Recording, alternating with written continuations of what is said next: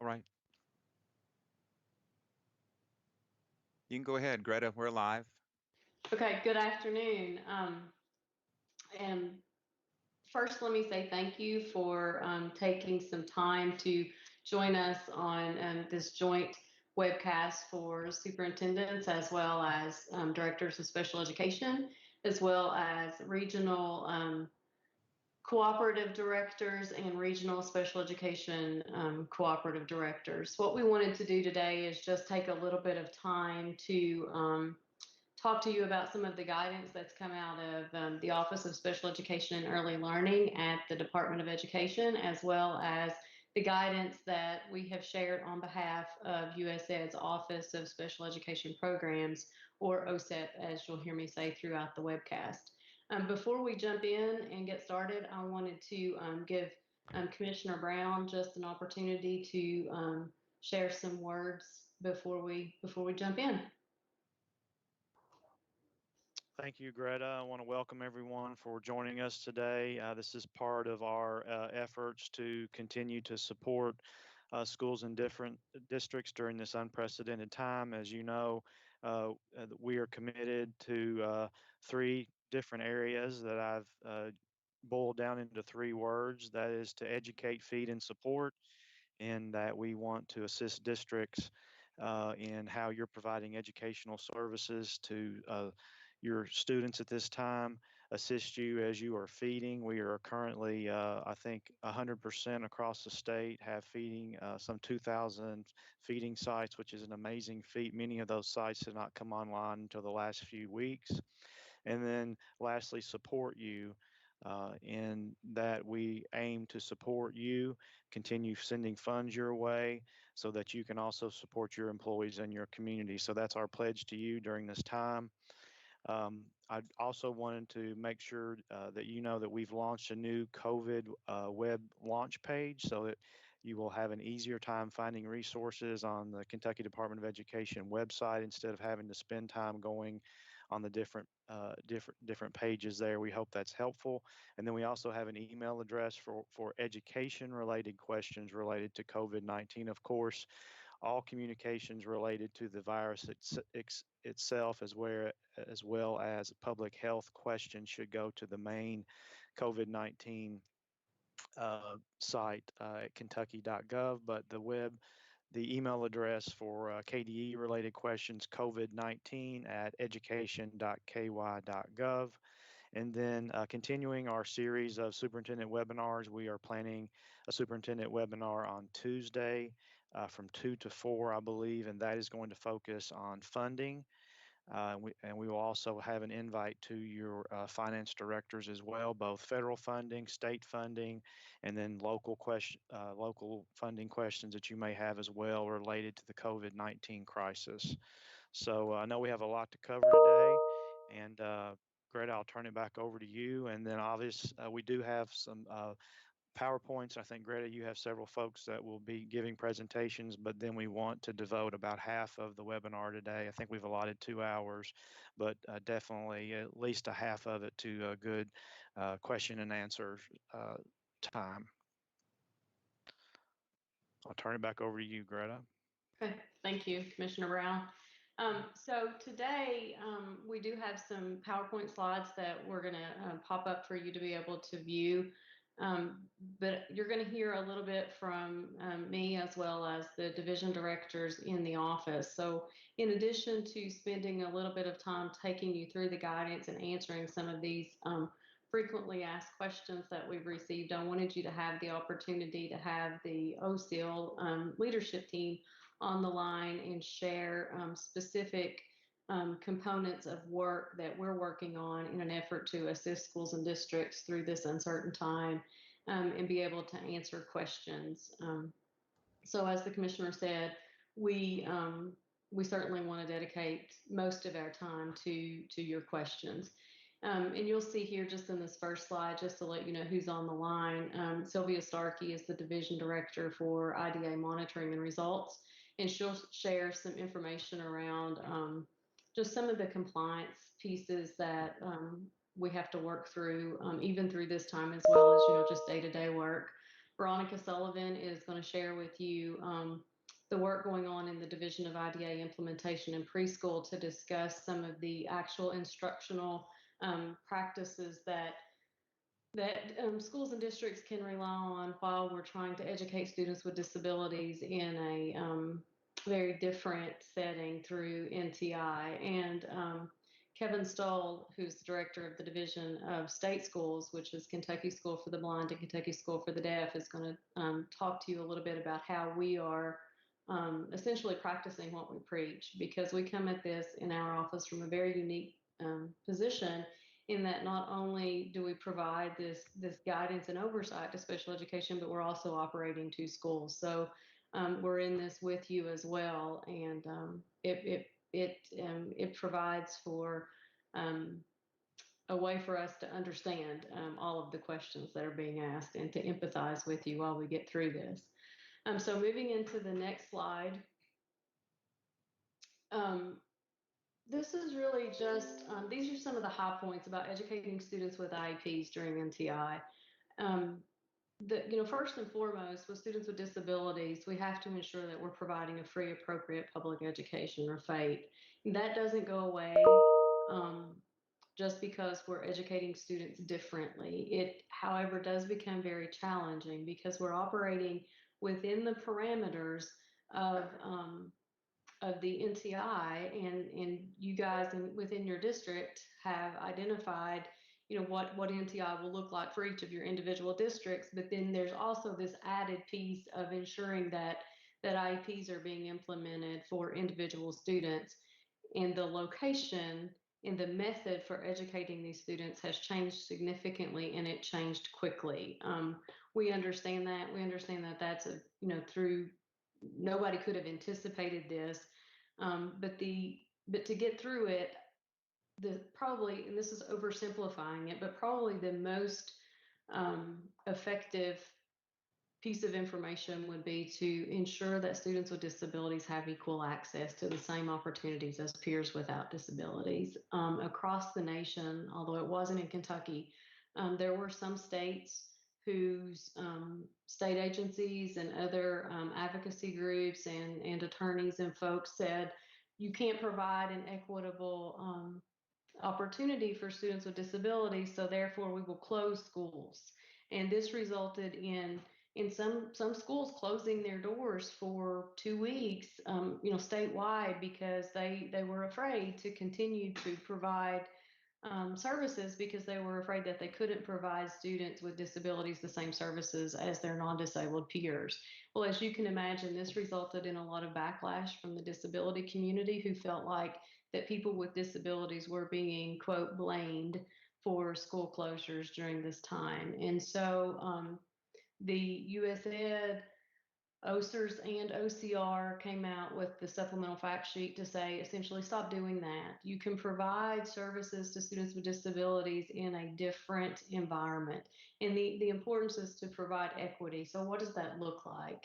If you have students that you're providing virtual instruction, then try to provide virtual instruction for kids with disabilities as well. If you're sending home schoolwork packets, try to send packets home for students with disabilities as well. And all while we understand that that may look very different based on IEP goals, but don't exclude a group of kids just solely based on a disability.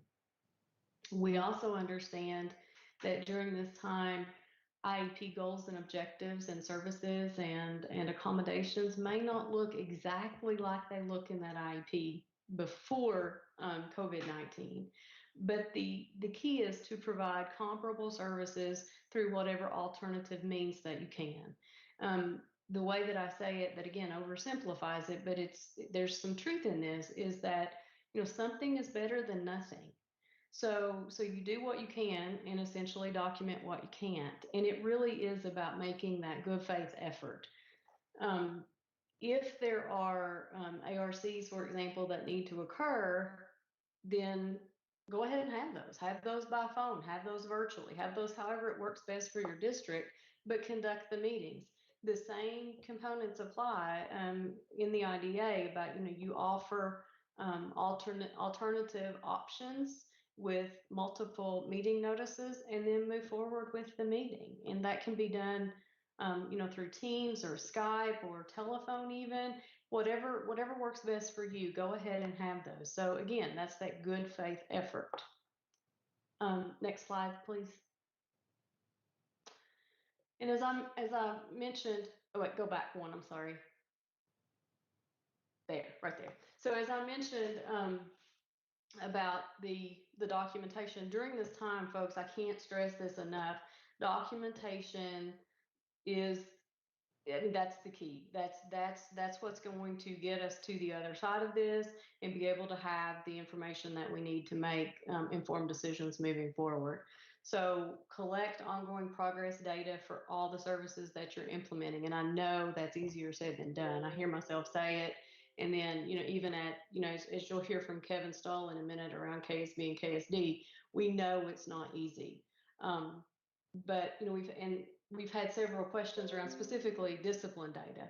If I have kids with behavior concern, how in the world do we document that, that progress has been made? Because, perhaps you can't go conduct the observation 3 times a week in a general education setting, or, during transition periods, or whatever that looks like on the IEP. But what you can do during this time is you can modify that for this, think about alternate means of collecting data. So if it's an older student, perhaps they self-monitor their feelings or emotions or whatever that looks like. If it's a younger student, perhaps you have just emotion check sheets. We've all seen those little self-monitoring progress tools for the youngest students. This is a time to get super creative, to be able to get to some type of progress monitoring data. It doesn't have to look exactly like that IEP. So what we're saying is, again, something is better than nothing. There are going to be services that likely cannot be performed, either virtually or over the phone, although I think this is probably going to be the exception rather than the rule. And it's critical for you to document those services missed. Because if students miss services, or if they're unable to make adequate progress, then the only remedy for that when we come to the other side of this situation is compensatory education. And what needs to happen is when we get through this and schools are back in session and you're having your annual meetings or your special called ARC meetings, you're going to have to rely on that data in the ARC to determine if each individual student made reasonable progress, and if he or she didn't, then what amount of compensatory education services are due. We understand that this is going to be, depending on how long this lasts and what services are provided or unable to be provided, we understand that this may become, somewhat of a fiscal impact for schools and districts as well as the state as we move forward. And just let me say, rest assured that there are several groups, states as well as the National Association for State Directors are making pleas and pushes with USAID to advocate for additional IDA funding from Congress. So just stay tuned on where that lands. And also moving forward, probably one of the biggest lessons learned from this that I don't think that we ever really talked about as a state or as districts or even as a nation is the need for contingency plans and IEPs. It's been a big lesson learned for our office, and as we move forward, it's one of the components where we intend to put out some additional guidance. But nobody thinks about a pandemic occurring, right? I mean, it's been over 100 years since the last one, and hopefully it'll be more than 100 since until the next one. But, should you be one of those really super innovative districts who have contingency plans, perhaps you have, the fallback method for how you're going to provide comparable services. I venture to say most districts probably don't. So moving forward, we probably want to think about what happens, when something like this happens in the future? What's your fallback plan? What's your contingency? So all that to say, just stay tuned for additional guidance for that. What we don't want is 106,000 students with disabilities to have IEPs that all look like they're recreated or amended just for NTI days. Because having an IEP that essentially is the contingency plan is not appropriate, because that we don't want to change a student's program based on what we can do currently. The student's needs and data and all of the triangulation of data was what was used to write the IEP.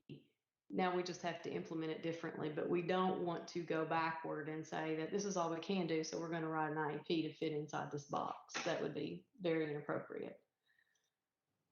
So moving forward to the next slide, many of you have asked about what flexibility can we offer, and I want to take just a few minutes to talk about this, because I anticipate this will be an area where still many of you still have and continue to have questions.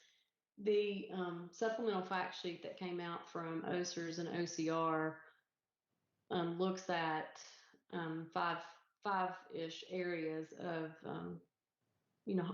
hot topics, if you will, areas where states and districts have asked for leniencies or flexibility.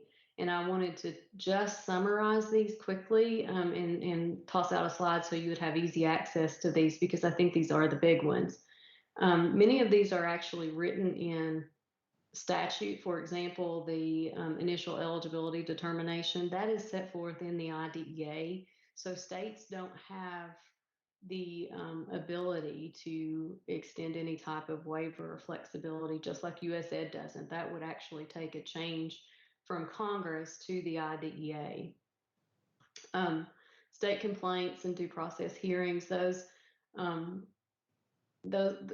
possibly be extended depending upon exceptional circumstances and the decision of the hearing officer if it's a due process hearing. The other question, and we've received this one a lot, is around IEP timelines and annual reviews. I think most districts are making a good faith effort to go ahead and have those ARC meetings and extend, or not extend, but to review and revise the IEP. But if for whatever reason you just absolutely can't, then it's not a requirement that we can waive, but I would strongly advise you to make every effort to try. And if you can't, you need to document that and explain why.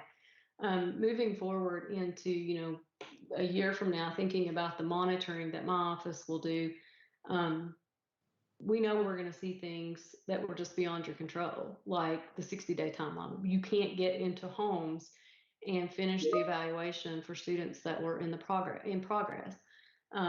Kids can't be brought into the building to do that just because of the safety concern. But it doesn't mean you just stop. It means that you conduct the ARC meeting, explain to parents, and parents for the most part, I think, are going to understand, because they don't want their children endangered during this pandemic either. And so you document it, keep those lines of communication open. I can't stress enough how important it is right now to document, collaborate, be creative, and communicate, and explain how you plan to pick up the evaluation once schools are back in session. Next slide. So just some additional resources and information that are available to you. A couple of things that we've put out of my office. We initially, when this first was happening and things were just moving so quickly by the hour, we issued the non-regulatory guidance regarding implementation of IEPs during the pandemic through NTI. I think most of you have received copies of that. I've pushed everything out over the DOS listserv, so everyone should have it. If by chance you're a director of special education and you don't have access to the DOS listserv, then let me know and we'll be sure to get you included. It's also on our website. we also issued a letter to parents and families, just letting them know what to expect. And I appreciate your directors of special education and regional folks for helping us push that out to families. We don't have a listserv of families or their addresses or email addresses, so I appreciate you getting that out to the community. And then the tools for teaching students with significant cognitive disabilities. We understand that of the 106,000 plus students across the Commonwealth with IEPs, we understand that students with the most significant cognitive disabilities may be some of the toughest to reach during this pandemic. So we've compiled a list of resources and put those together and put it out on just a tools and resource sheet for you to be able to share either with your teachers or with families or however that tool is best used for you. So please take a look at those. There's also a link in here to U.S. Department of Education's COVID-19 information resources. There's a ton of resources on that page, and we didn't list them all because it's just too many for the PowerPoint. But when you get it and you want to click on the link, you'll be able to get there. This is the screenshot is the actual website for my office that's got the resources for the special education and early learning, as well as links to USED's resources. And you'll see over on the side, there's tons of links, links to the frequently asked questions. So please take a look at that. Some of the questions that you have may be captured in there. And then moving forward to the next slide. This is where we're going to break out into divisions, and I'm going to turn it over to Sylvia Starkey to talk to you a little bit about what you can expect with regard to the compliance pieces that are in her division. Hi, good afternoon. Like she said, I'm Sylvia Starkey. I'm the director of the Division of IDEA Monitoring and Results, and we do all of the special education monitoring. So we're just going to talk through a couple of quick things. Hopefully we can answer some of your questions that we've already seen that you guys have. So let's first talk about LEA annual determinations.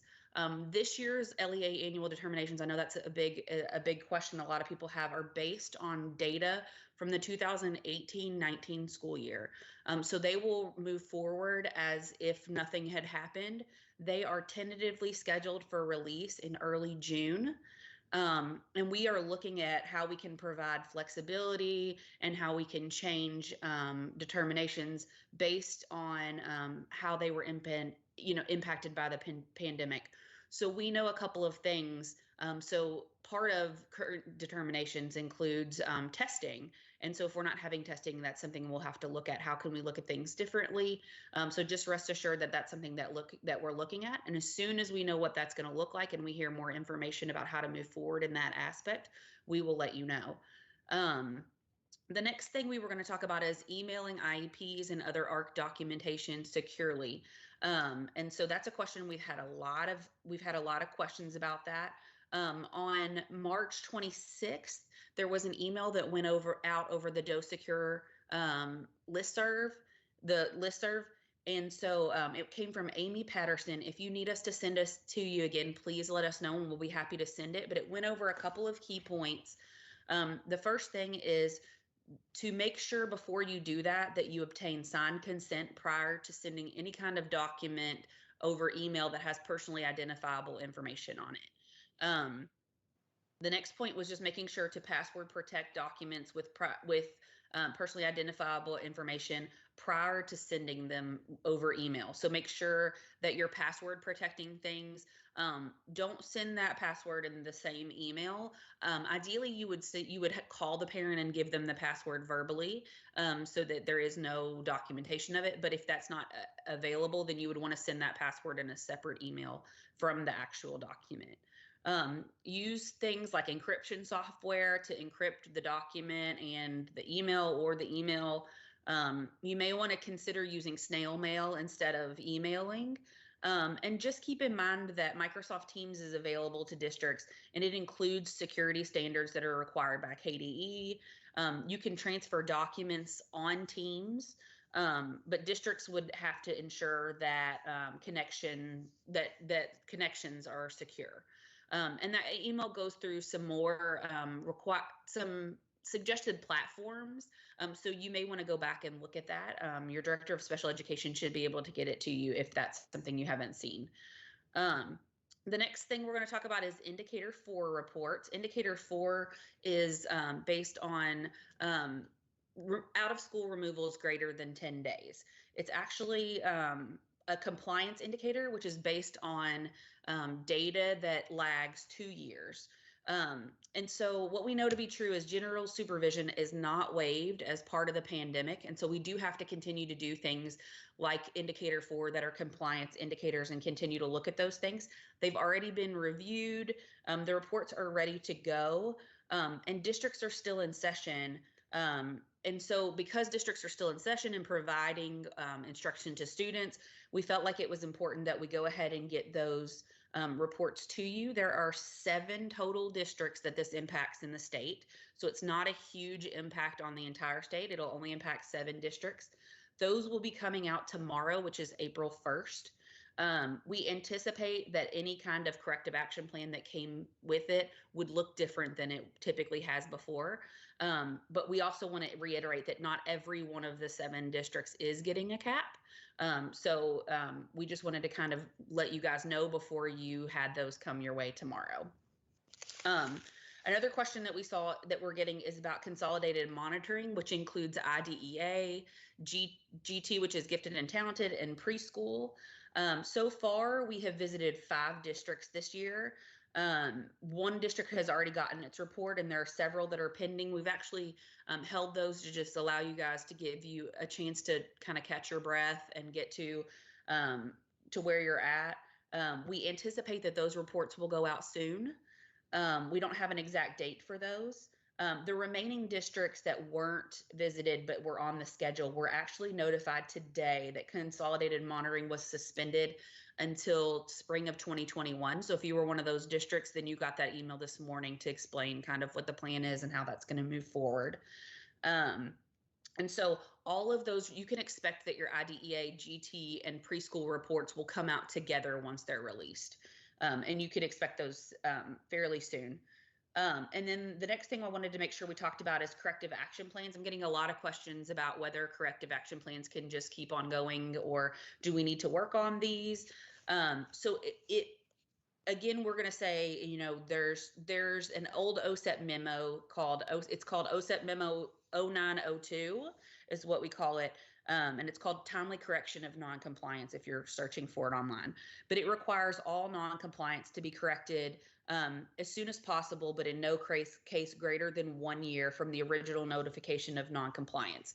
And so once that is notified, we're not able to change that 1 year deadline, but we are able to change any kind of internal deadline that was on your corrective action plan. So if you had written your corrective action plan and you said that something was going to be due, let's say next week, there's some flexibility that we're able to provide you in moving some deadlines around for things that aren't able to be done virtually, or if there was something that some kind of record that you're not able to get to because it's at the school and you're not able to get to your school. Those things will all be taken into consideration.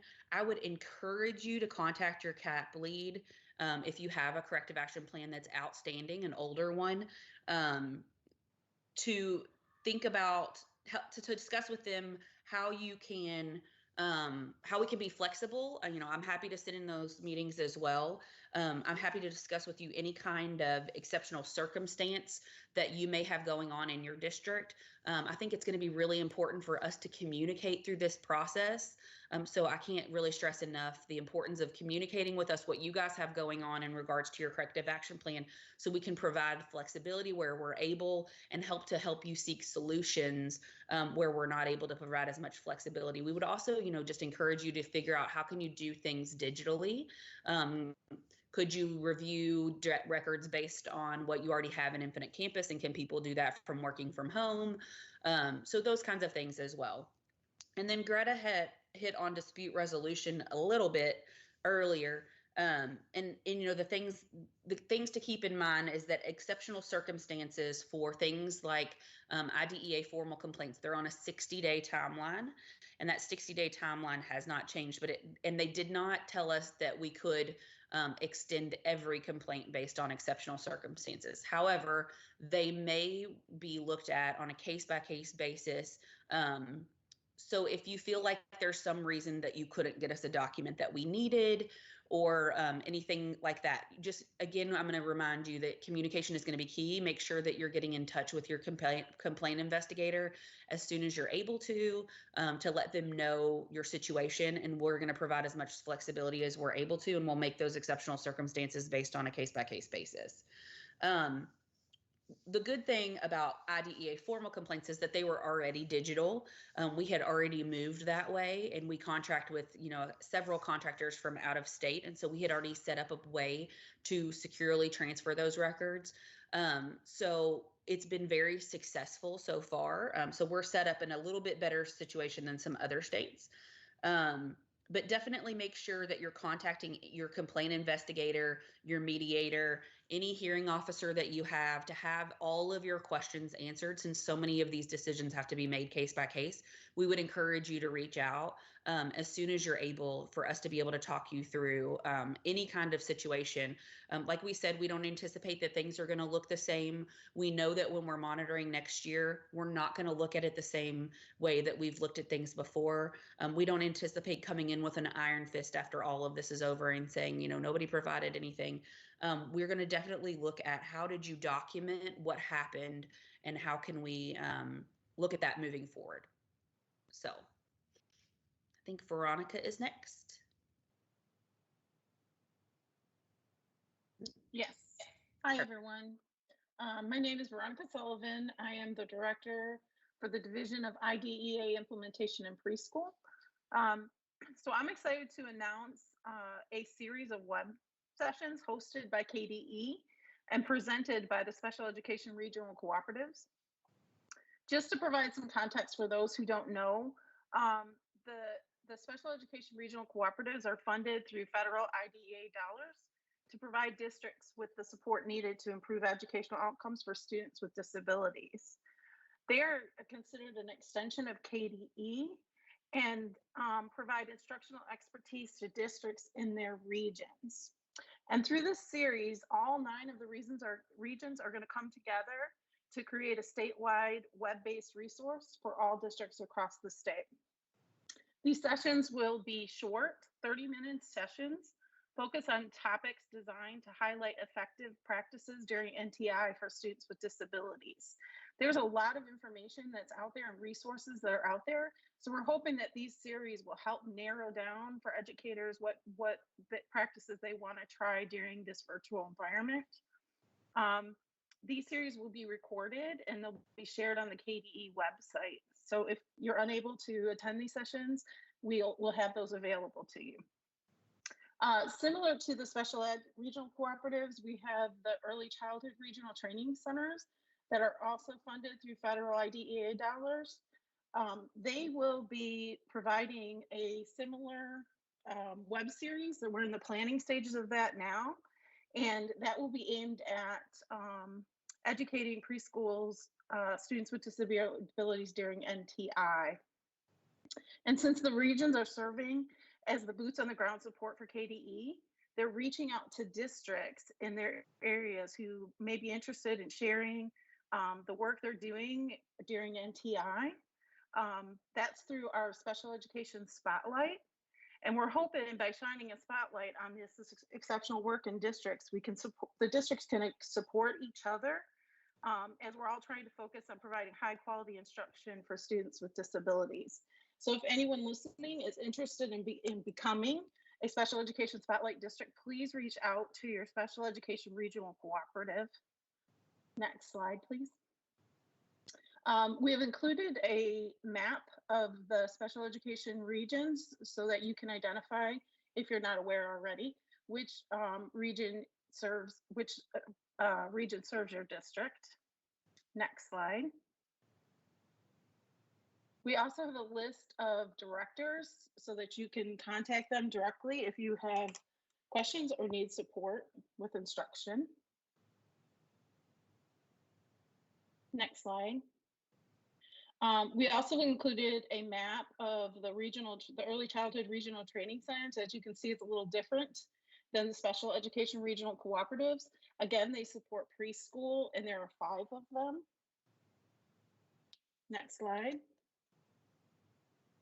And a list of the directors as well, if you would like support for preschool students with disabilities. Next slide. And the final thing I wanted to share today is we have started a NTI Students with Disability resource page. We will have resources up beginning this Friday. We're going to take, again, those videos of the web series and have those here, as well as links to any materials that are shared during the series so that districts can access them moving forward. And I think Kevin Stahl, you're up next.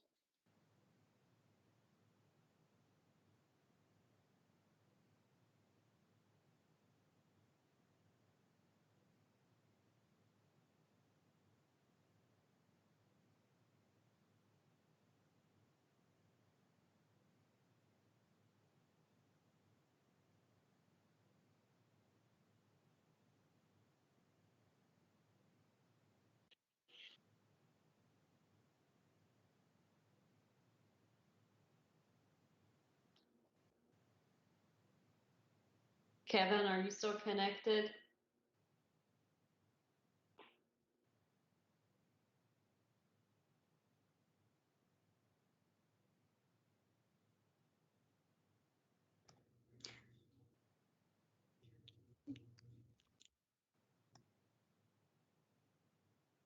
I'll go ahead and jump in and take over Kevin's slide. He may be having connectivity issues, so if he's able to join, I will turn it back over to him. But as I spoke earlier, this office oversees KSB and KSD as well, so we're in the same boat as you are out there in the districts with trying to navigate these unusual times while also ensuring that we're providing faith to our students. And it is challenging, and so because of this, I think it probably puts us in a better position to really understand the struggles and the challenges that you're facing while you are trying to navigate all the requirements of the day-to-day work, while adjusting to the stress around the pandemic, while also trying to figure out how to ensure equitable services for all students. So KSB and KSD has worked really hard to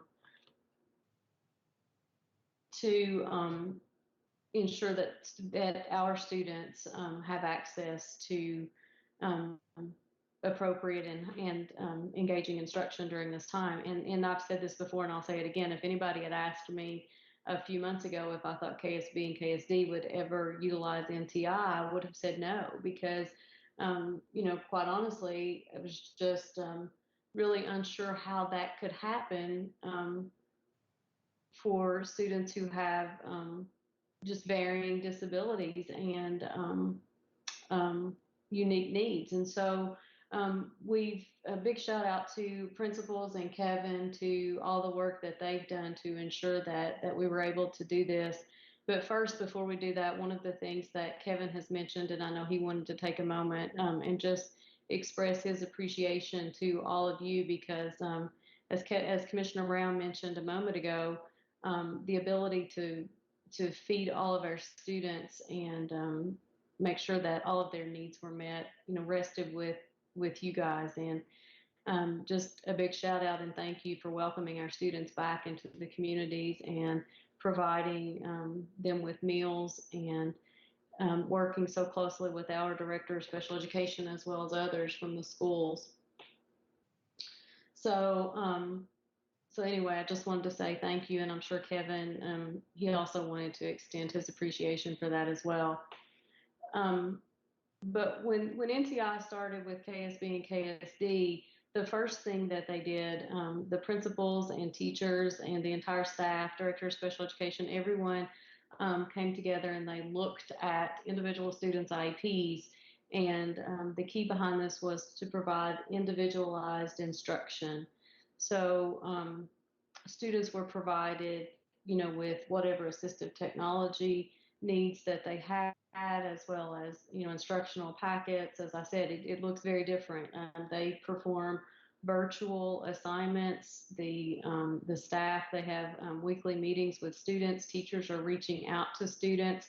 One of the things that we have heard, not particularly with the schools, but just overall, is how do we contact students? Excuse me. How do we contact students and parents without being too many people contacting at all hours of the day? So how do we allow them enough time to provide instruction, but also the times that they need to decompress? And one of the things that we're doing at the schools that could also be mimicked across the state is that rather than having 6, 7, 8 people call, we lean toward the case manager to make the contact, because the case manager is essentially the person responsible for that due process file, and managing all of the progress data. So that seems to help relieve a little bit of the burden on parents and families, because we don't want to have 4 or 5 gen ed teachers call, and a special ed teacher, and a speech path, and and the list goes on and on and on. And so that's something just for consideration. Greta, can you Yes. hear me? Yes. Okay, I apologize. Not sure what happened there. Everything was good before, but you know how that goes. Yeah. And I'm sure you've done a great job with stuff. So I'll try not to climb on top of anything that you've said. I appreciate you recognizing the Sure. districts for sharing the support of our students as they came back. So thank you very much for that. I will share with you, I understood where Greta was at that point, and hopefully I can just continue to build off of that and talk about the intention that was given by teachers to where the students were in their individual education programs before making decisions about the assignments. They've done a great job of giving that consideration and then following up on that.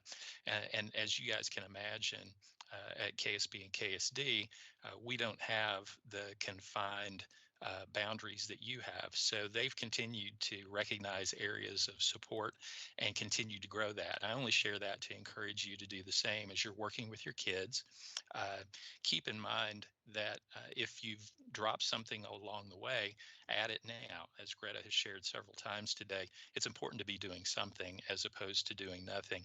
And those schools have been great about doing that. They're doing a great job of tracking and documenting. They're using Google in some ways that help support this tracking. They're using Google Sheets to track the contacts that are being made with their students on a daily basis. It also allows them to track what's going on with their teaching staff to ensure that they're continuing to support all the way through. And again, our schools are smaller and we understand that, but if you were to assign that as something with a case manager, it certainly would be a way that you could support and track what's going on by that individual case manager with those individual students. So we would encourage that. We're also exploring and working with the idea of telehealth. It's a challenging piece for everyone and we're learning, and I wouldn't begin to suggest to you that we've resolve that issue, but we're continuing to work through it and we're exploring different platforms to see what works best.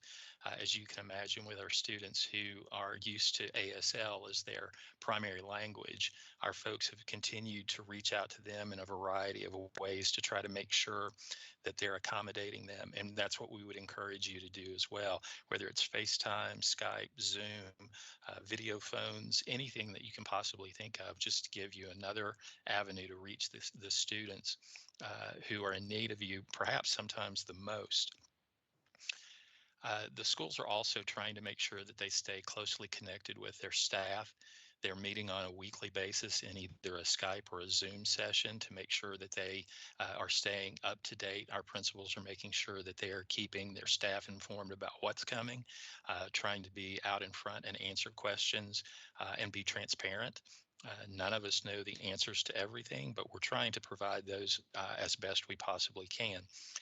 Also, on occasion, we'll do, or not on occasion, but on a daily basis, as an example at KSD, they check in each morning and kind of check out each afternoon with just a Google Doc. It's not a requirement on a daily basis, but it's a place where they can step in. It doesn't require video, but they can touch base with each other. Principal can make sure that they're fully aware of things that are happening that day. And they can be very positive things. It's a great place for connectivity to exist. And so we would encourage you to continue to make intentional efforts to stay connected, not only to your students as frequently as you can, but also with your staff to support what's going on. It's a challenge for them. It's a challenge for you. And we appreciate all the efforts that you're making. Greta, I'll hand it back to you.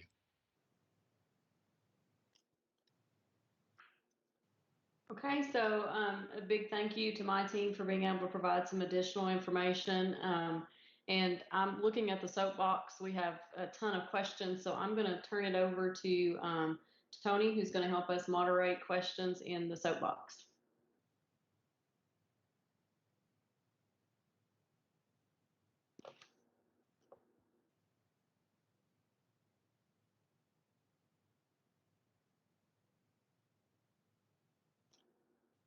All right, give me 1 second. Andy, if you can put the code up there for the questions, if they want to continue to submit questions.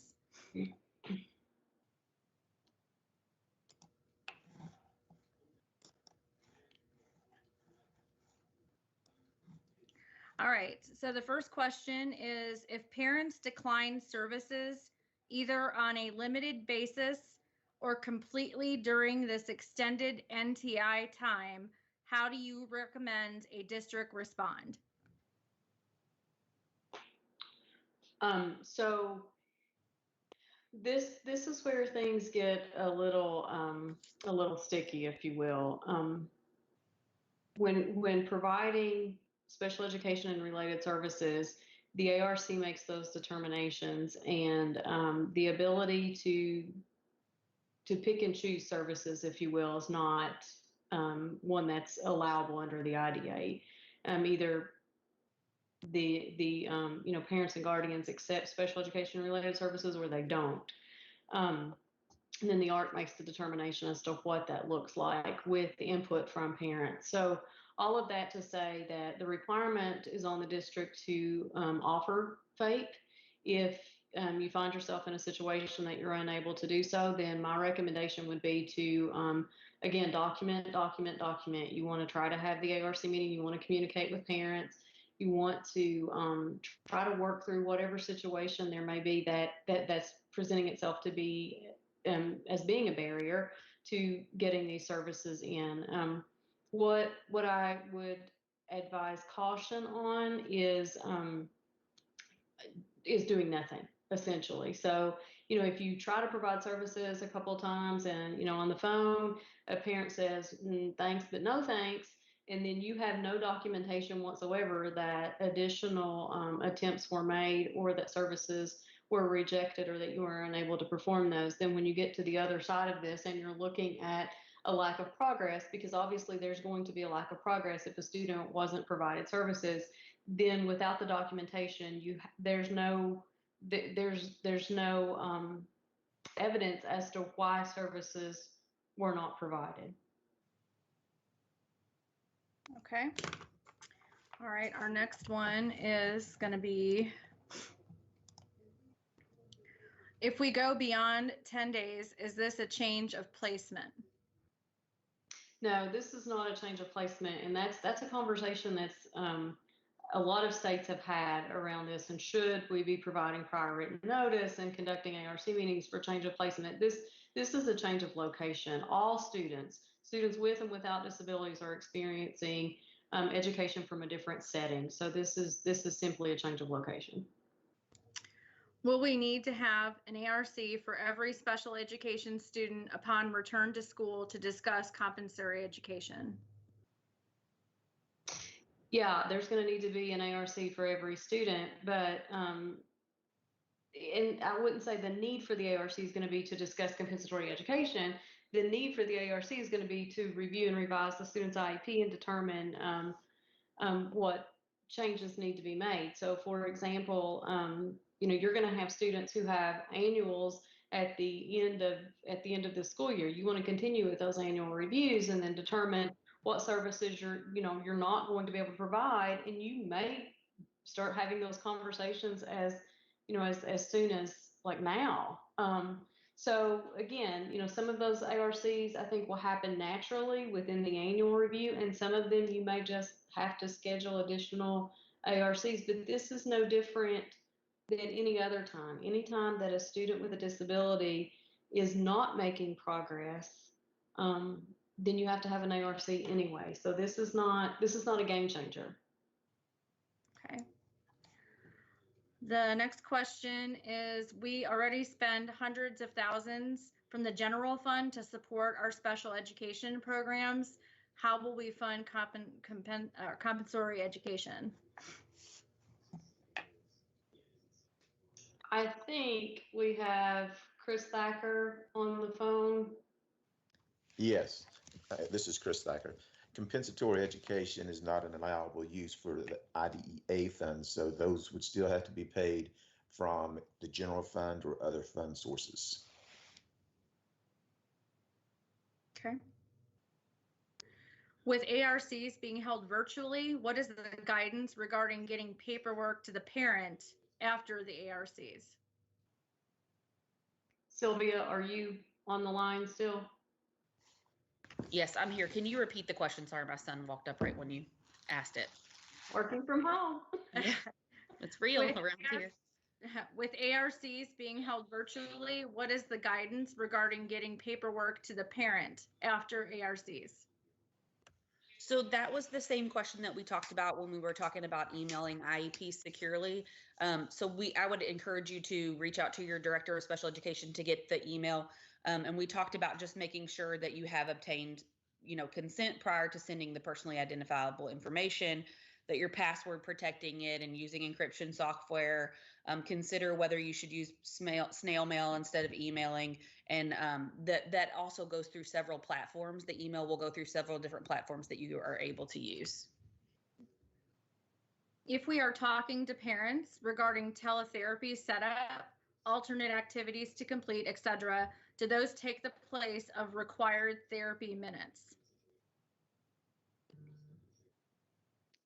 I'm not sure I completely understand the question. If the question is, can we use teletherapy in place of face-to-face therapy, then yes, that's acceptable during this time. Okay, and then I think to piggyback off of that, what procedures need to be followed for the provision of teletherapy for small groups? We need to dig into this one a little bit further. I think Sylvia is actually engaged in some conversation with others at Public Health. And so if you can give us a little bit of time, yeah, we'll provide some answers to that. There's several questions like groups and HIPAA compliance. There's questions about how does it impact certification and all of those things. We're working with the Department of Public Health right now to get those answers to you as quickly as we can. And as soon as we have those answers, we'll get them out to the thing. It's just going to take us a little bit longer to research. We want to make sure we get to the right people before we release it. Okay. How do we do virtual signature to get permission to send via email encrypted? And I think this was addressed. I just think there might be a question as to how they do the virtual signature. Is Amy Patterson on the line? She may be watching the live version. I'm not sure she's on this line. Amy recently sent out some information over the DOS listserv that answers this specific question. We can send that back out. Can you all hear me? Oh, yes. There she is. Okay, sorry, I was muted. So that is a really good question. And I probably need to do more research on that as well. The best way to do it, if it's possible, is to just have them sign and scan or fax. I realize that not everybody has that option at home, but not everybody has email at home either. So it may have to go through the mail. You know, that's really the best option. But I will do some research to find out if like an electronic signature is acceptable. I have to follow up with legal on that before I give any answer definitively. Okay. Our next question is, are we required to send out midterm progress reports for students with special needs? Yes, those progress reports need to continue to go out. I don't know if we can do a little more research into that. Todd, if you're on the line, do you have any thoughts on that? On interim progress reports? Yes. My general thought would be, to the extent that the district can continue to provide that, just like they would be providing it via electronic means, any other documents via electronic means, to go ahead and send that out. And also on the previous question regarding electronic signatures, we've got some research in our office that we've provided before, just general guidance, how that applies to documents in general, not necessarily special ed, but I think it would be applicable in this situation as well, that we're happy to provide with to OCL, and they can circulate that out to directors of special education. Thank you. Okay, let's see here. Must district conduct ARC meetings with all students to change school-based services to home-based services, such as virtual instruction by video or phone, as those contingency plans are not currently included in the IEPs? No, I wouldn't recommend doing that. That goes back to what I was saying a little bit ago. If you have the current IEP that's based on the students' needs and the data that support what those unique needs are, and we know during this time we're going to have to provide services through alternative means, as equitably as possible. So no, please don't hear me say that you should conduct ARC meetings to change things for the virtual environment, because that, should we do that, I could almost see a problem with that, because then we would be saying, here's what we can do, and we're writing your IEP based on what we can provide, and that's wholly inappropriate. So it goes back to doing what you can right now. Something is better than nothing, and then documenting what you can't. Okay. And I just want to send a reminder to the superintendents that are listening. We are compiling all of these questions and putting them into eventually the yellow sheet, the FAQ sheet that we're referring to as the yellow sheet. And so they will also go there as well on our home sheet. So our next question is going to be, initial evaluation for SLD was planned using the RTI model, but 4 weeks of tier 3 data was still needed. How do we proceed? So this sounds like it's a student-specific question, and again, there are so many of these questions that, folks, just to be completely honest, we are, we're doing the best we can as well in interpreting some of the guidance from OSEP, and we fully expect that as we move forward, we expect and hope to get additional guidance from OSEP, and we're hoping and advocating for flexibilities as well. So keep in mind that things could change at any day. And as I get changes, I'm going to send those out on the DOS listserv and ensure that that your directors of special education and the regional directors of special education have everything that we have. But back to this specific question, if you have enough data to go ahead and make the determination, I would say go ahead and make the determination. If you don't have enough data, then meet and explain how you're going to do that moving forward. And the reason I say that is because we would never want, and this comes back to I'm not speaking, from a statute or regulation here. I'm coming at this from kind of a common sense approach. So Todd, feel free to jump in front of me if you need to, but we would not want to delay any services that could be provided to a student who has a specific learning disability just because we have to do things a little bit differently. So if you have the data, don't let the checkbox stand in your way of doing what's right for a student. This is more of a comment versus a question, but several people put an arrow by it, so apparently it's an issue. Looking at the compensatory education and therapist teachers' current caseload, it is going to be so difficult to provide current level of service plus comp services once school does return. I completely agree. That's why it's so important to document, do everything that you can to push out all the services that you absolutely can. And I know that it's a big lift. Let me say that. I understand that there's a lot going on in the world right now, and it's really easy for me to say these things, but it's extremely hard on the ground to implement. And you know, we're going to do everything that we can to get all the flexibilities that we can, but you know, first and foremost, we want to do what's right by our students with disabilities. And it's critical that we, you know, keep the eye on the ball right now, because moving forward, we're not going to have the staff or the funding to catch up, you know, all the services that we should have or could have provided differently during this time. We have a few parents not wanting services at this time. Do we need to have an ARC to suspend the services until school resumes? No, I don't think there's any option to suspend services. This goes back to the comment that I made before. Communicate.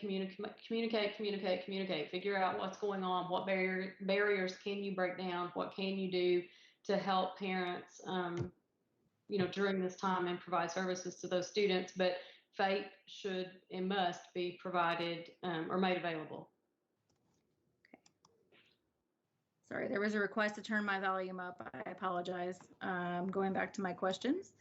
Can you provide advice for continuing with O&M services? This is going to be a tough one. This is one of those situations where, you know, if you can't provide face-to-face, I'm not sure. I would, you know, I'm going to look to Kevin and see if he has any ideas. If not, I would want to consult with an O&M provider to provide an answer to this one. Kevin, do you have any thoughts? So we've been trying to continue in any way that we could, but it is a challenge when, like you said, if we can't get the face-to-face, then that's difficult. There have been some materials that have been shared, and then they're trying to follow up on a face-to-face. But to tell you I have a great example of how we've been able to knock it out, I can't do that right now. Okay. Are we okay to wait until school is back in session to send ARC paperwork, since we cannot go into the office to mail out? So one of the things that, again, this is my knee-jerk reaction. Todd, you may want to weigh in on this as well. But one of the things that you may want to consider doing, if you know you can't mail it out without being in the office, and you can't get back to the office to do that, you may want to capture that in the conference summary, that the minutes were, you know, maybe read to the parent, or your screen was shared, or whatever. Again, creativity, here's your friend. And that the minutes will be mailed as soon as you can get back into the building. Todd, team, does anybody have any better ideas? I agree with you, Greta. In general, I would also encourage districts to just review their practices for how they can make provision for someone in the building to print those documents and get them mailed in a timely manner, if they're relying on snail mail to send documents out.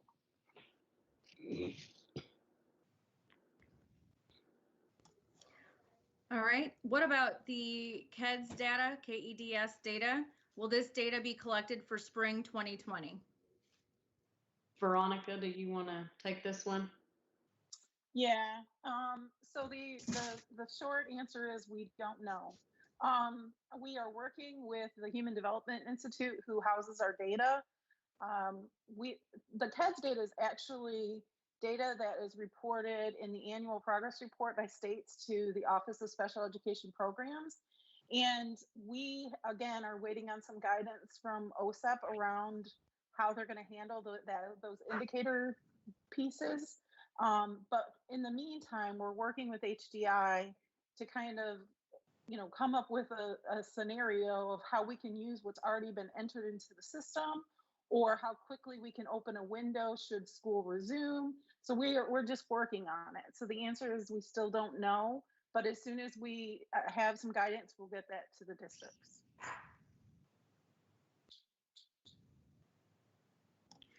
Okay, if our district uses NTI for the remainder of the school year, going right into summer break, will the district be allowed the opportunity to recoup skills potentially lost over the summer? So I'm not sure that I completely understand this question. If it's a question around extended school year, maybe, I don't know. But one of the things that I do want to bring your attention to, and this may not answer this question, and if not, I apologize. So feel free, whomever answered this question, to shoot me an email and let's chat about it further. But if the question's around ESY versus compensatory education, then ESY is not an appropriate, it's not appropriate for the remedy for failing to provide services.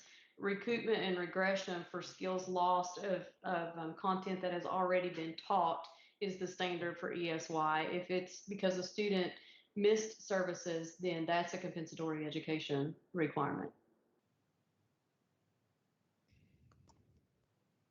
Okay. Where we are, how can we hold this many ARCs when we return? Some districts have thousands. I mean, no doubt about it, it's going to be tough. But again, you're having those annual ARC meetings anyway, so this is not changing that. What you could think about doing is, the requirement is that you have an annual review within the year. It doesn't say you can't have it sooner than a year. And so if you have it, if you have your annual review to meet your timeline in May, but, and I'm just totally making this up, but let's imagine we're still, going through NTI, and you have it May 1, but you need, you go back to school and, in August, and again, totally making this up. I don't have any any more information about, when school will resume or when it won't. But if you go back to school in August or September and you realize that student's not making sufficient progress, you can conduct another annual review that would reset that annual timeline for a year. So that this isn't new. So what I would say in this situation is to just catch your breath and think about, it's still business as usual when it comes to reviewing progress and conducting ARC meetings to make decisions. Okay. I have many evaluations that still need to have behavior observations in order to triangulate the data. How are we supposed to complete these within the 60-day timeline? So this is similar to the question previously about, you got almost enough data to make the decision, but you don't have enough. And again, this is where, Todd may need to say something in opposition to what I'm about to say. So I'll say that so you can be prepared. But again, folks, I wouldn't hold up an evaluation if the only documentation that you don't have to make an eligibility determination is behavior observation. Then think about it differently. Can you conduct that evaluation over Skype?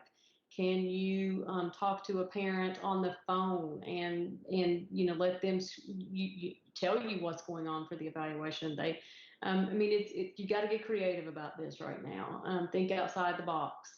If you can't, if there's no possible way to do that, then go ahead and have that ARC and determine, do you have enough data to make the determination? What we don't want to see when we get back to some sense of normal is we don't want to see a bunch of kids who were denied services because of a checkbox not being checked somewhere like a behavior observation. Now saying that, you want to plan in that conference summary, if you determine that child's eligible or not, you want to plan for how you're going to gather that data as soon as you can when we get back to school. Todd, any concerns with that?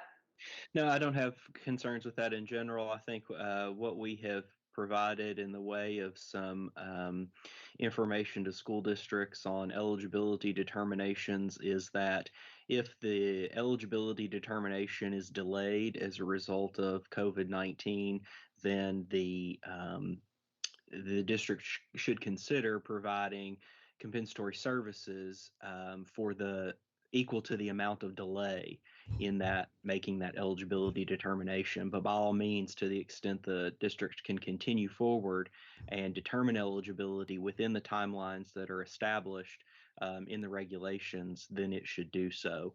Understanding that in the situations where it's unable to do so, if a student is determined eligible and there was a delay in that eligibility determination that made it fall outside of the timelines and regulation, the district should review the need for compensatory services equal to the amount of delay. Thank you.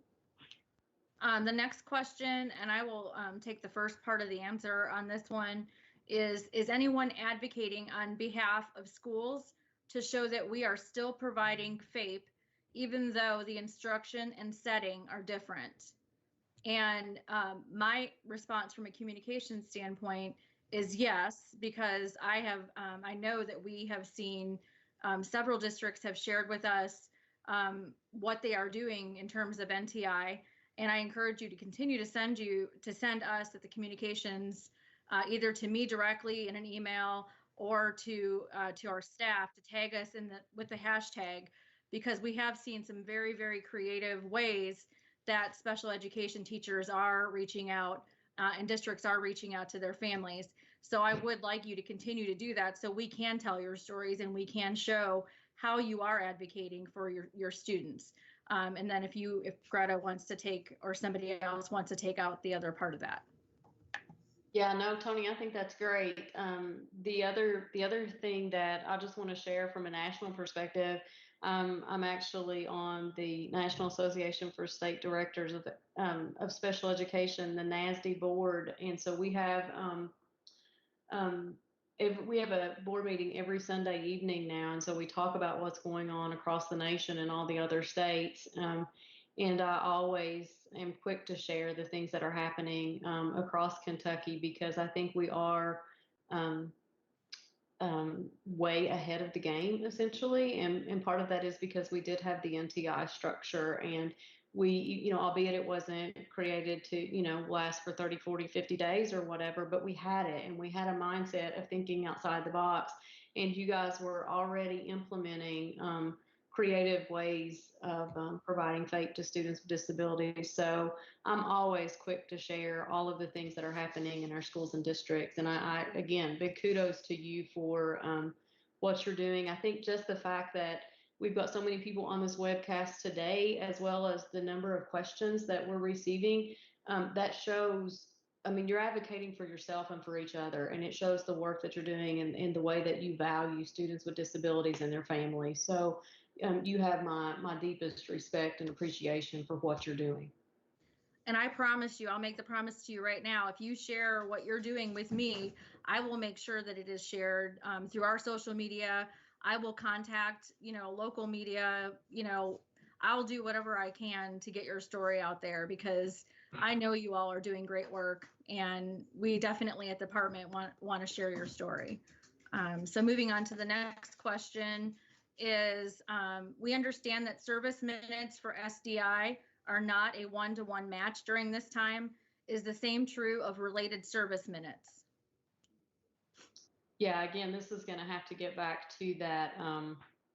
Did the student make reasonable progress in light of the circumstances and where they provided the services? So it goes back to documentation. Is there any word on the preschool partnership grants? Can they be extended due to the need to cancel events and the closure of the child care centers? Our budget will be off base since it's a June 30th end date. That's a really good question. I haven't looked into that. Veronica, have you had a chance to look into that?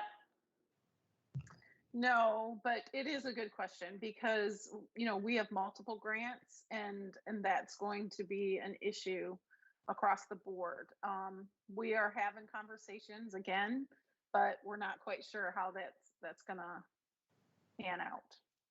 We'll look into that and then provide a response in a little bit. Okay. Yeah. What is the expectation for OTs to deliver services, direct and or consult? This goes back to the same thing that we've been saying around all of the related services. It's you know, do alternate, you know, work through alternative means, document and get creative and communicate. If the district is not sending report cards for term 3, do we still need to send IEP progress reports that say, quote, concurrent with report cards? That's a good question. Todd, do you have any thoughts on that? I don't have the regulation in front of me, but as I recall, the regulation says that IEP progress reports shall be provided at least as frequently as progress reports to non-disabled students, but no less than once per year.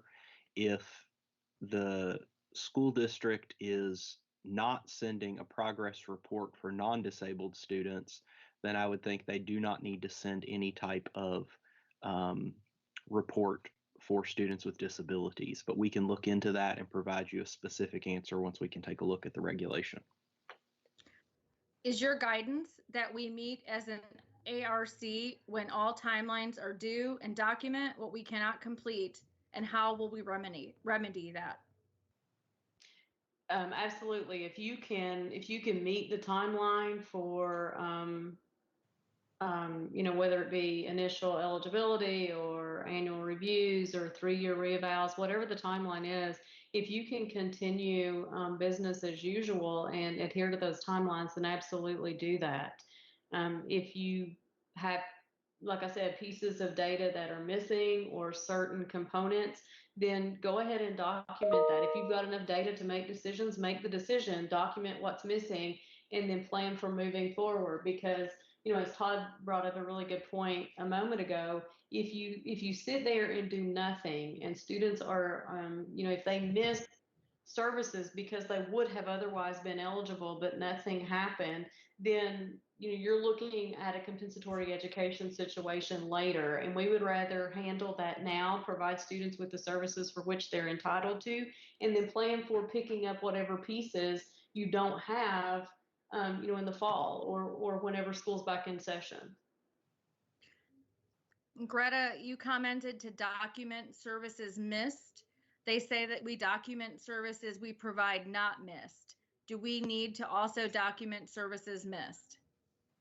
I think it's wise. Obviously, you're always going to document services that you've provided in the progress. But if you know there are services that you have not provided and you document that, I think it's going to make things a whole lot cleaner for you when we do get back to normal. Because keep in mind, there are going to be situations where you know, parents and guardians are going to exercise dispute resolution, and the more documentation that you have, the better it's going to be for all parties involved. A student has a 1-hour resource reading per day on his or her IEP. What would be a comparable amount of time to provide the service on an NTI day?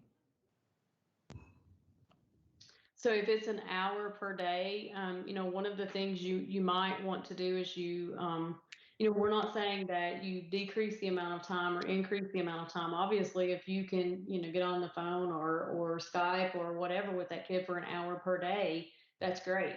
You know, that's the way we would advocate for it to be. If that's not doable for whatever reason, then you're going to have to make some individual determinations based on the needs for that student. It's hard for me to answer that specifically without knowing all of the student-specific data and requirements. So, you know, that's a sticky situation or sticky place for me to go, because I don't want to say do this, not that. But if you want to talk about it, feel free to call me or Veronica or Sylvia, and we can talk about the specifics.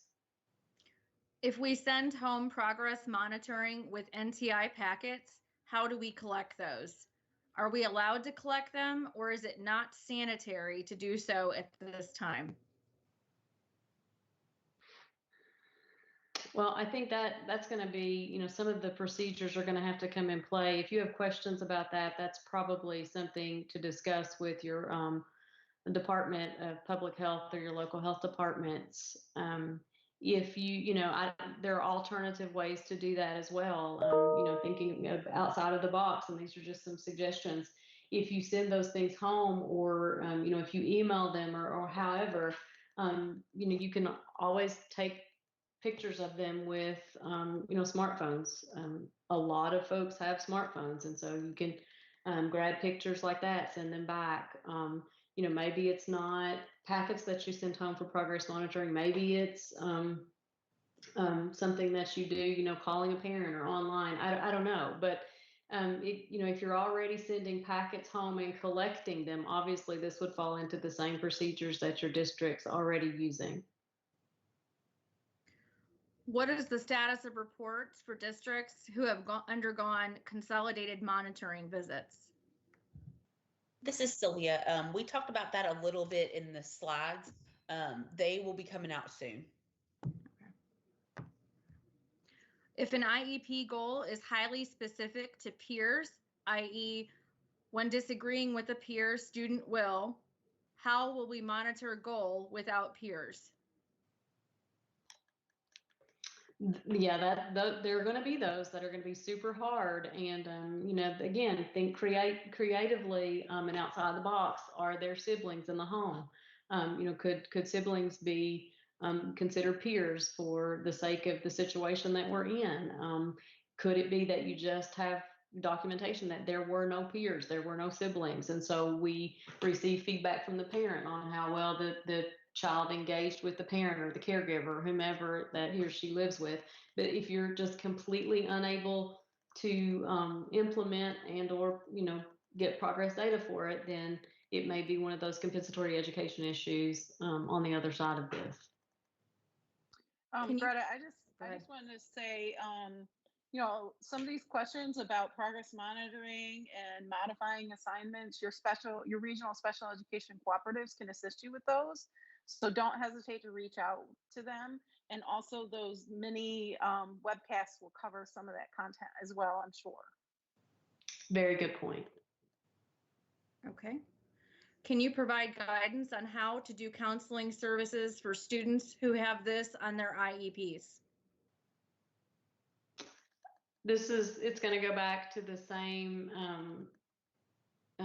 conversation that we had about other related services.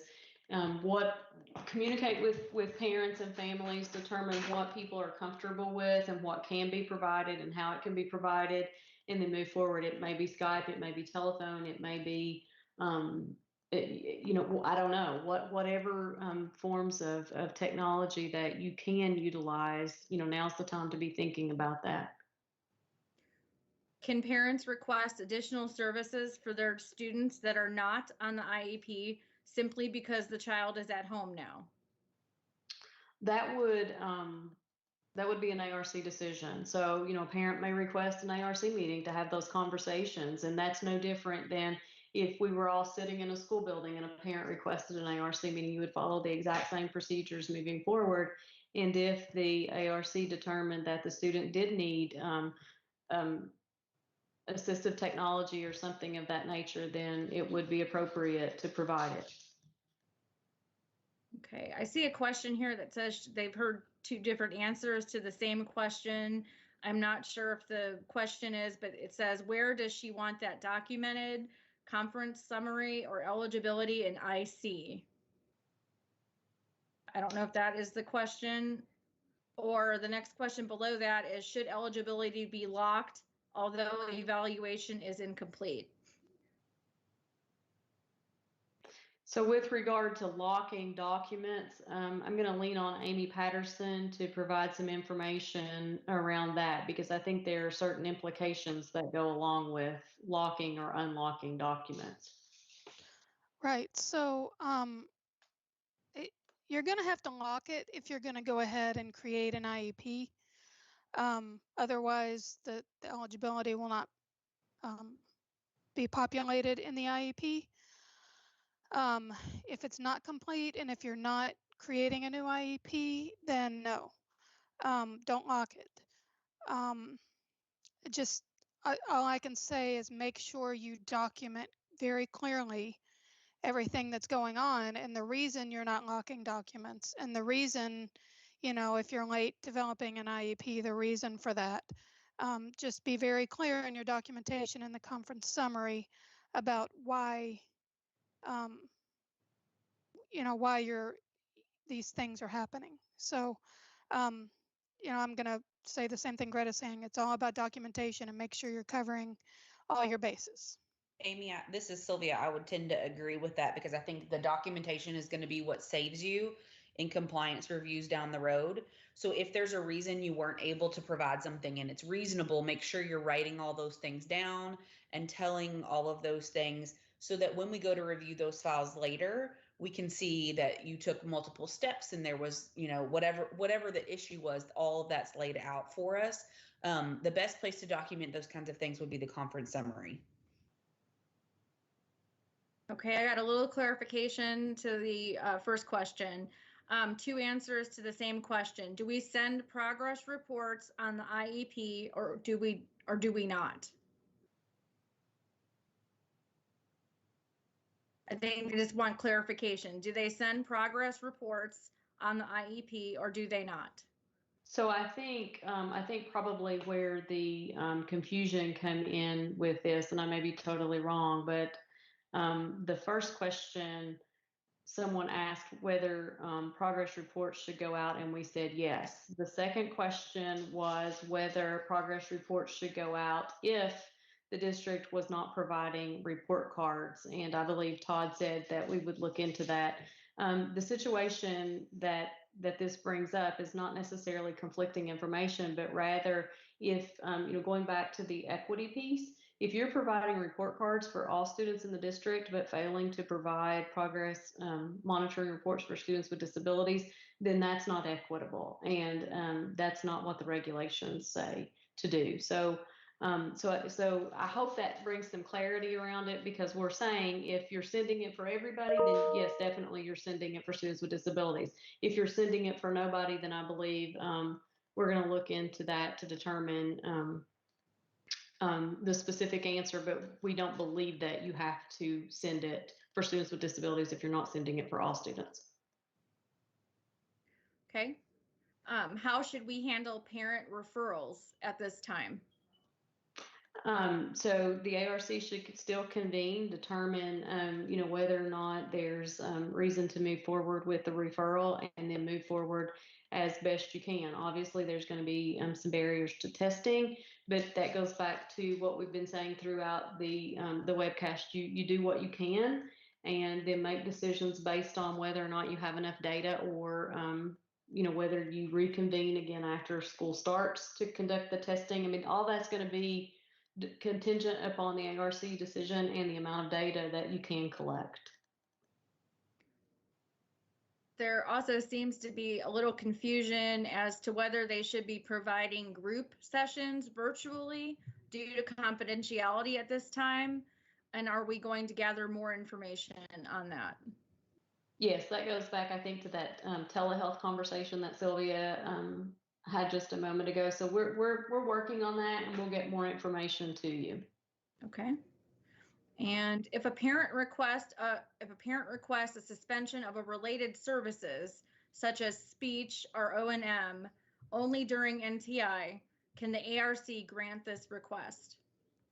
No, you shouldn't cherry pick the services that are going to be provided. So if this comes up, as I said earlier, my recommendation would be to have conversations with the parent, determine what can you do to break down the barriers and to make this easier? And again, communication, thinking outside the box, documenting all the efforts that the district made. Because remember, as I said earlier, if you just simply say, okay, services are suspended, and then, coming out of this, when dispute resolution situations occur, what's the documentation that you made FAPE available? Because FAPE includes not just the instructional component of special education, but also all of the behavioral and/or related services.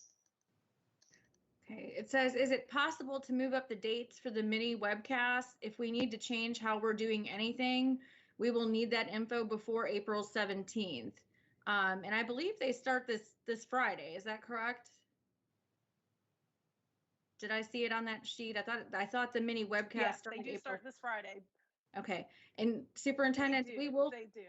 Okay, we will share that PowerPoint. I think I shared some of them on the Kentucky Department of Education's Twitter page already. I was trying to tweet while I was trying to host, while I was trying to moderate, but we will also try to, we will get this PowerPoint out to you that has all of those dates on there.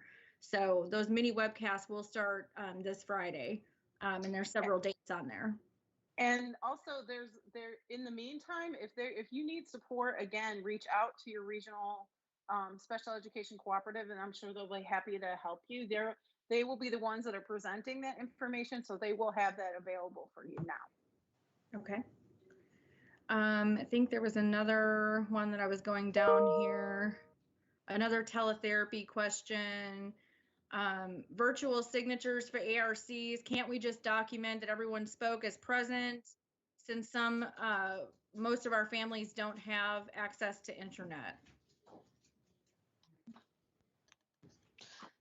I think if you're getting, and I could be wrong here. This is Amy. I think if you're just getting signatures for the ARC, I think that's fine. I think the original question about virtual signatures was documentation that it is okay to send student personally identifiable information over email. I think that's a slightly different situation, but we'll follow up and give more information about that. If our district sent out a parent letter similar to the letter KDE sent out, but does not ask the parent to sign and send back, do we need to send out the KDE letter because it asks for parent signatures? No, I don't think the KDE letter requested any parent signatures. Commissioner Brown and I signed that letter for you to distribute to your families. But as I shared with directors of special education during the last call that we had, that's entirely up to districts how or if you share that. We didn't want to put undue burden on the district and say, we're requiring you to pay for the mailing of all this, or we want one person to send this out via email. It was really just a tool for you to have in your hands to provide to parents during this uncertain time, so that they know that districts and KDE and cooperatives are working together jointly, and we're communicating, and we want to ensure them that we are all doing everything we can to ensure that their children are provided with a free, appropriate public education. Okay, and it says, please make sure all questions were asked. Several moved up the list. I am trying to do the best I can, y'all. So if you do not see your question asked, if you can please submit it again, because there are over 100 questions in here, and I am doing my best. All right, next question is, can we count time spent speaking with parents about providing services, how to access platforms, and other activities they can complete with their child as services provided to the child? I would want to talk about this one specifically. I'm inclined to say no if you're helping parents access certain, like web addresses or things like that, because then, the services that are written on the IEP are for the child, not for the family. So my initial reaction is no. However, if you believe that I'm mistaken or that there's exceptional circumstances for this, then please reach out to us individually, because we may need to look at this through a case-by-case situation. And Greta, this is Todd. I would add that, IDEA regulations also anticipate providing some help and training guidance to parents from LEAs, and it really treats those as two different things: the guidance and help that you provide to the parents, and then the special education minutes that you provide to the child. So counting the time spent providing guidance to the parent doesn't really seem consistent with the minutes that are meant for special education services to the child. Thank you. HHS has provided some guidance on teletherapy, specifically with the respect to HIPAA, but wouldn't teletherapy in the school setting have to comply with FERPA rather than HIPAA? Todd, do you want to weigh in on this one? Yes, so in general,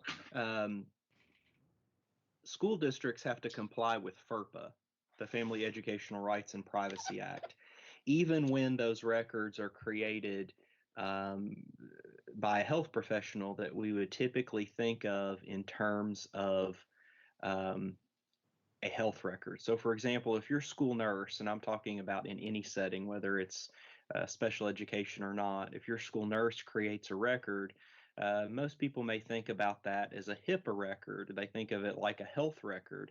But in a school setting, if that's created by a school nurse there, it's actually an educational record. It's not a HIPAA record. I think the question comes in when we have some related service providers who may be contractors. They're very much, they're medical professionals in most senses, and they're very much in tune to HIPAA and compliance with HIPAA.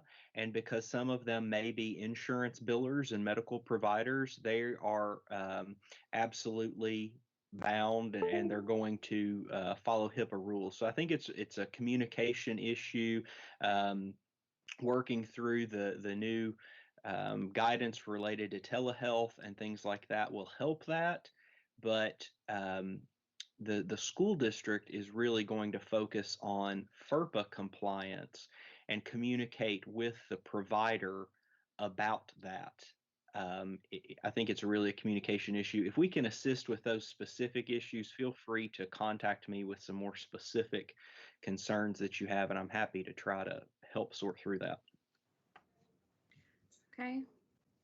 Let's see here. It would be great to have a repository of sorts where the different disciplines, OT, speech, PT, special ed teachers, etc., could share their best practices during this extended period of NTI. I think that's a great idea, and it tags on very well to the work that Veronica is doing with the special education cooperatives. Yeah, the cooperatives have already begun to collect some of that information, and they'll be sharing that through their regions, as well as providing some of those resources to the KDE website. Okay. Can we get consent for the billing of Medicaid services outside of an ARC meeting, thinking that some of our families may now be on benefits given the situation? I'm not sure without looking. Todd, do you know if there's a requirement to do this within the ARC meeting? I don't know of that. We can look into that question. I think that's a really good question. My kind of initial reaction would be it wouldn't be an ARC determination, because the school district's obligated to provide that whether or not, there's some type of Medicaid reimbursement. So I would think that decision would be outside of the ARC, but we'll look into that. Yeah, it's a great question. Okay. All right, and I think that we have covered most of the questions. If I have missed any questions, I will give you all a few minutes to submit some more questions. I do want to reiterate the importance of sharing what you're doing, and I know that our special ed coordinators are also going to share with us. Just during this conversation, I have had 2 reporters text me and say, please, please, please share, because they would like to know and also share some of the examples that you all are doing to meet the needs of your students. So please reach out to me and let me know what you're doing, and so that we can share these, share this with throughout the Commonwealth. Greta, if you want to, I don't know if you want to continue to, if there's any other points you wanted to make while we wait for some additional questions. So yeah, thank you, Tony. The first thing that I would like to say is just, a huge thank you to everybody for taking time to log on to this webcast and express so much interest in how to best educate students with disabilities. That's it's very impressive, and I know things are going on and you're super busy and it's at the end of the day. So, kudos to you. I know there's been tons of questions, and we've got some answers that we need to get back to you on. But just know that if we don't have immediate answers, then we're still available. Reach out to any of us. Our staff, obviously we're teleworking, but we're still working, and we don't want to see any decrease in the services that we're providing to you, because we're all in this together for kids. One of the things that I do want to draw your attention to, though, is the Director of Special Education listserv. There's a Kentucky Dose listserv where I push out information, and I think all directors are on it, as well as some of our partners. If you are not on it, but you need to be or want to be, then please reach out to Chris Thacker or Amy Patterson so that we can get you added. One of the things that actually Chris just sent me as for something to consider during this time, and I'll look to directors of special education to weigh in with thoughts on this, is opening up the Director of Special Education listserv to special education teachers and other staff temporarily. Obviously, we don't want a year from now to just be flooding inboxes, but as we're pushing out all of these resources, I'm open to the idea of opening it up to all of your special education staff so that they have information in real time, and maybe it would take some of the burden off of directors of having to ensure that they get all of my emails and then send all of that out to their staff. So it's just something to think about. We're happy to extend it temporarily if it works better for you guys. Okay, we have just a few more that were submitted to us, and the one is, what is a reasonable time frame to have all of these ARCs to discuss comp ed? I think that's going to it's going to vary based on the amount of progress students are making, or the lack thereof, or what services that you were able to provide and what services you weren't. Obviously, if you are documenting a ton of services that were missed, then you need to get into those ARC meetings quickly. If you've got documentation that, just because you're not having an ARC meeting doesn't mean you don't review your students' progress, right? So if you're reviewing your progress and the student is making significant progress in light of the situation, you were able to provide all your services, then that's not going to be your top priority. You're going to have to prioritize these as you move forward, and you definitely want to prioritize those students who are struggling, not making progress, or who had tons of missed services. Okay, there's a question, kind of a hypothetical. Child is turning 9 soon, and evaluation data is not sufficient to go ahead with the decision. Is it okay to continue his level of support he had in a current IEP and extend his IEP until we can change student label according to the data? This is one of those questions we've also asked OSEP about, because it's very specific as far as when students are no longer eligible for DD. But again, it goes back to that something is better than nothing. I wouldn't, if a student has been receiving these services, I would not immediately cease services just because we've reached the 9th birthday. Would continue on, plan for the evaluation. I would conduct an ARC meeting, discuss what data that you have, discuss the needs of the student, and plan for, this essentially is going to be one of those contingency plans, for lack of a better word. So what are you going to do so that you're just not tossing this kid out on his or her head to say, sink or swim, right? So So again, it's going to be a common sense approach, and that's how we're going to monitor it. And if OSEP provides additional information that says, do X, not Y, then we'll push that out to you. Okay.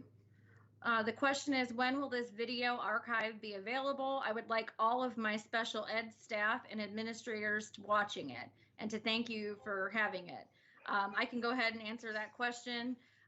Yesterday, when we had an hour-and-a-half webcast for the task force, it took about 45 minutes to get it up.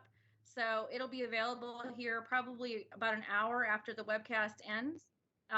We are also, from the communications department, going to do a story for Kentucky Teacher, and we will include the link in there as well. So just take a look out for our special, on our social media accounts, and we will include it also in an email, the link to the story, which is a recap of this, and a link to the video. The next question is, just to clarify, even though there's no flexibility on timelines, we do need to hold an ARC just to document the timeline was missed. Couldn't that be documented once the testing is completed? I don't think that you hold an ARC meeting just to document that the timeline was missed. I think this is where the importance of communication comes into play. So if you're going to be talking to the parent anyway about why the timeline is being missed, which I suspect you will be because you certainly should be, then why not go ahead and have that as an ARC meeting and explain to the parent all of the components, because folks, this comes to us, especially those of us in special education, this comes to us as second nature. But if I'm a parent of a student and we're looking at an initial evaluation, specifically initial, and you're telling me that my son or daughter may have a disability, but you need all of these pieces of data, whether it's an IQ and academic and social emotional and all these behavior observations, I may not know what those pieces are that you want, but in my mind, school's still in session, so why aren't you servicing my kid? Because he or she's obviously still struggling. So it's best to have that ARC meeting explain what all of those components are to the testing, and keeping in mind, parents are super stressed right now as well, and so we may have to share that information a couple of times, and that's okay, and explain why you can't get whatever it is that you need, but how you plan to make sure that the child, all of his or her needs are met moving forward. Okay, is there any word on extension of end of year submission of indicators such as Independent 11? Am I saying that right? It's IND.11. Sylvia, are you Indicator still on? 11. Yeah, I'm still on.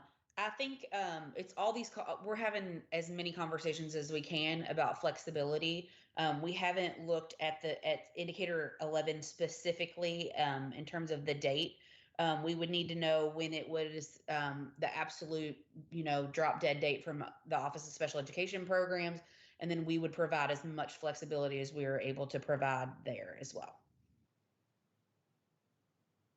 Okay, and then there's I think one last suggestion, because it's 3:47 and we're going to wrap up, and I'll let Kevin do the finish wrap up here, is open up the listserv to principals now, as they are usually the ARC chair. Thank you. So again, before I hand this over to Kevin, just to recap, we are capturing all of these questions that are being submitted during these webcasts. We are putting them into a sheet that we are going to put into the yellow sheet, which is the FAQ document that's on our website, on our COVID-19 website. It'll take us about a day or two to get all of this updated. We're doing that with every single one of our webcasts. So just give us a little bit of time. It takes a little bit of time to get it inputted, and then through legal and all of that stuff. And then we will also send out a video link to this chat, as well as a story from the communications department here within the next couple of hours. And I'll let Kevin go ahead and close out. Thank you, Tony. Thank you to our special ed team and our legal team for this. I think this has been very beneficial for everyone. I want to thank all of you for joining us today. At one point, we had over 550 viewers. This was also the first time that we've had a major webcast without individuals physically present in the 300 building, which is also a testament to our OET staff about bringing all of us up to speed on this technology. And we still have a few little glitches here and there. And I know you all are having some of the same issues as you all are doing board meetings and other things virtually now, but that's to be expected. I want to remind the superintendents that we will have our next, the next webinar is scheduled for Tuesday, April 7th. If there's a need this week for an additional webinar, if something changes or you know, if there, as we know, unfortunately, because of the situation, things change day to day. We will schedule that. But as of right now, the next superintendent webinar will be Tuesday, April 7th from 2 to 4 p.m. Eastern time. And that's going to be a special webinar devoted to funding issues. So we'll be geared towards superintendents and finance officers. We want to go over the CARES Act that we're still learning about with the provision of funds that will be flowing to all states because of this crisis. An update on where we might be with any state funding issues. A budget is expected to be passed, of course, here tomorrow, I believe, and sent to the governor. And then, of course, any questions you have, how all that interacts with your local funding and development of budgets and all of those things. So we appreciate all of you, what you're doing in your communities. Special ed directors, I know you're on the call, haven't really had a chance to talk to you individually. I want to thank you, what you do every day. I know it's a tough job. You all are all leaders in your communities now more than ever.